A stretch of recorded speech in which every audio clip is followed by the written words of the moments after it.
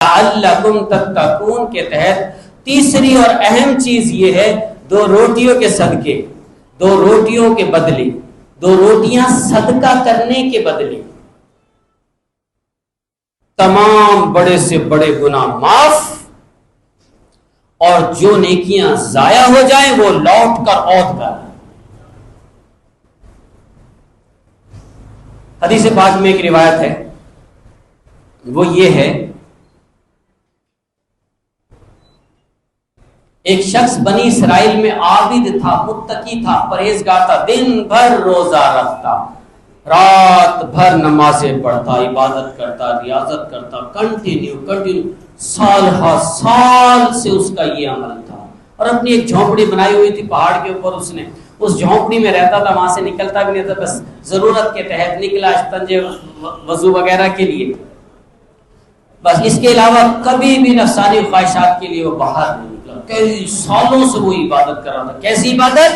دن بھر روزہ، روز کنٹینیو روزہ، سال ہر سال، اور نمازیں پڑھنا، عبادت، ریاضت، رکوع کرتا ہے، سجدے کرتا ہے، قومیں کرتا ہے، جلسے کرتا ہے، نماز پر نماز پڑھتا ہے، نماز پر نماز پڑھتا ہے، اللہ کی بارگاہ میں تسبیح و تحلیل کرتا رہتا ہے، ذکر اذکار کرتا رہتا ہے، اس سے جدا ہی نہیں ہوتا، رب اس سے جدا ہی نہیں ہوتا۔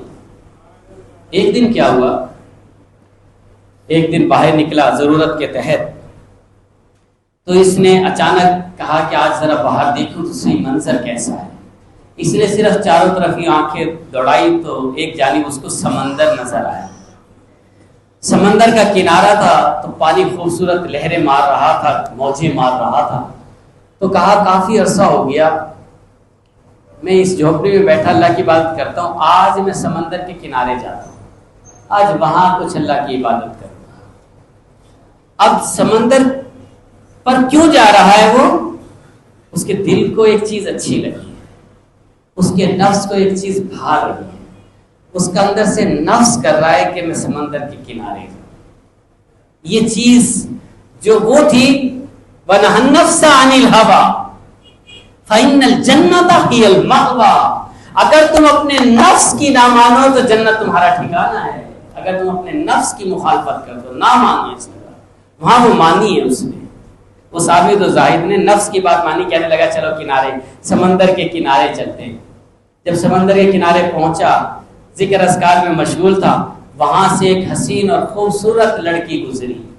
آپ کو پتا ہے سمندر کے کنارے کیا ہوتا ہے؟ سب حرام کاریوں کے لیے جاتے ہیں، سوائے کچھ لوگوں کے جو بچارے سمندر دیکھنے جاتے ہوں، انجوائمنٹ، باقی تو سارے بہت برا حال ہے سمندروں کے کناروں کا، تو دیکھ کے بھی دل ہی نہیں کرتا ہمارا تو وہاں جانے کو۔ ایک آدھی دفعہ پہلی مرتبہ گئے بھی تو حالات دیکھ کے پھر دوبارہ دل ہی نہیں کرا جانے کو۔ سمندر کے کنارے، کوئی سمندر کا بھی کوئی کنارہ ہے، بہرحال چلو خیر، جیسا بھی کنارہ ہے، کنارہ تو ہے۔ تو ایک خوبصورت لڑکی وہاں سے گزری، اس کی نظر اس لڑکی پر پڑی، جیسے ہی لڑکی پر نظر پڑی فریفتہ ہو گیا، یہاں تک کہ زنا کر ڈالا، اس کے فتنے میں پھنس گیا۔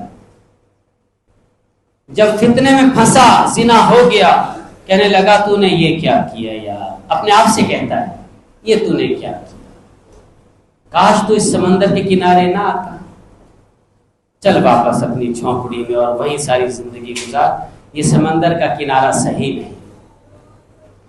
واپس اپنی جھونپڑی میں گیا، افطار کے لیے 2 روٹی اس نے اپنے پاس رکھی تھی کہ میں 2 روٹی سے افطار کروں گا۔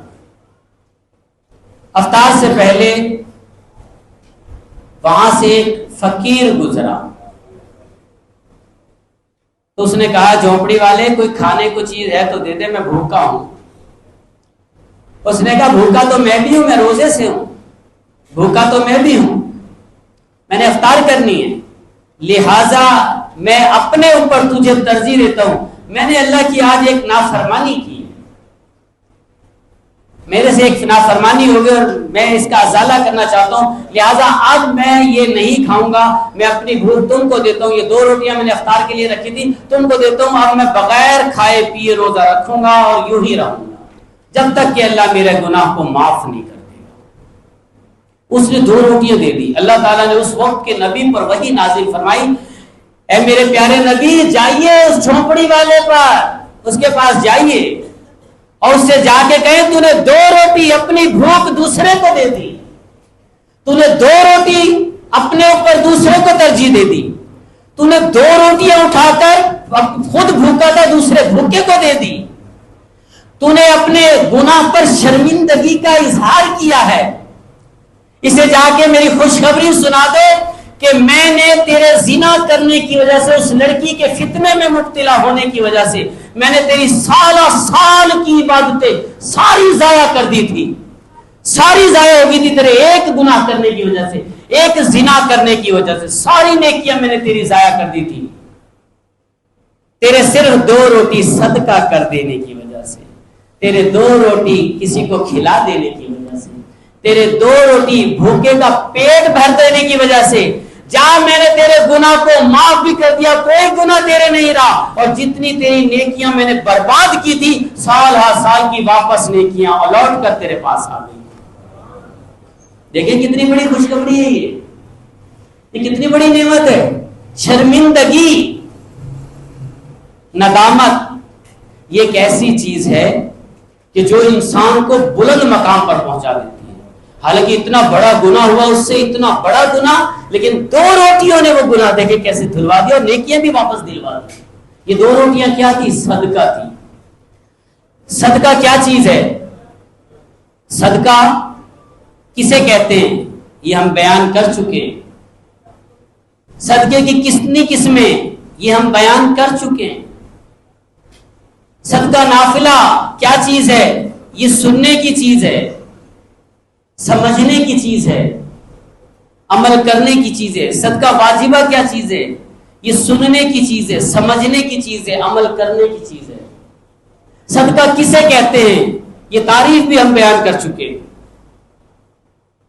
اگر آپ غور و فکر کریں تو پچھلے جمعات میں ہم نے صدقہ دینا کس کو ہے, اب یہ جو میں نے روایت سنائی آپ کو, اس میں دیکھیں 2 روٹی صدقہ ہی تو ہوئی ہے.